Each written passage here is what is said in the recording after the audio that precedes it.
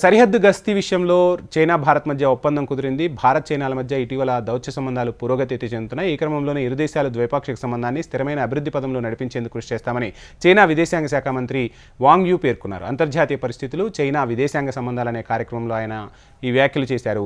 రష్యాలో జరిగిన బ్రిక్స్ సదస్సులో భారత ప్రధాని నరేంద్ర మోదీతో చైనా అధ్యక్షుడు జిన్పింగ్ సమావేశమైన తర్వాత ఇరు దేశాల సంబంధాలు మెరుగుదలైతే కనపడుతోంది. ఇక మోదీ నుంచి సానుకూలమైన స్పందన వచ్చిందని కూడా అప్పట్లో చెప్పారు. ఇరు దేశాలు అభివృద్ధి చెందేందుకు ఢిల్లీతో కలిసి పనిచేసేందుకు సిద్ధంగా ఉన్నామని చైనా కూడా ప్రకటించింది. ఆసియా దేశాలతో స్వేచ్ఛా వాణిజ్య ఒప్పందానికి సిద్ధంగా ఉన్నామని కూడా తెలిపింది. మరోవైపు జాతీయ భద్రతా సలహాదారు అజిత్ దోవల్ చైనాలో పర్యటించారు ఇటీవల. ఈ సందర్భంగా ఇరు దేశాల ద్వైపాక్షిక సంబంధాలు, సరిహద్దు ప్రాంతంలో శాంతిపై అజిత్ దోవల్ చర్చలు జరిపారు. ఇటీవల పార్లమెంటు ఉభయ సభల్లో విదేశాంగ శాఖ మంత్రి జైశంకర్ కూడా భారత్ చైనా సంబంధాలపై మాట్లాడారు. చైనా చర్యల వల్ల 2020లో సరిహద్దు ప్రాంతాల్లో శాంతి ప్రశాంతతలకు భంగం వాటిల్లిందన్నారు. అప్పటి నుంచి ఇరు దేశాల మధ్య సంబంధాలు బాగా దెబ్బతిన్నాయని తెలిపారు. లాజిస్టికల్ సవాళ్లు, కోవిడ్ పరిస్థితులు ఉన్నప్పటికీ మన బలగాలు చైనాను కట్టడి చేశాయని చెప్పారు.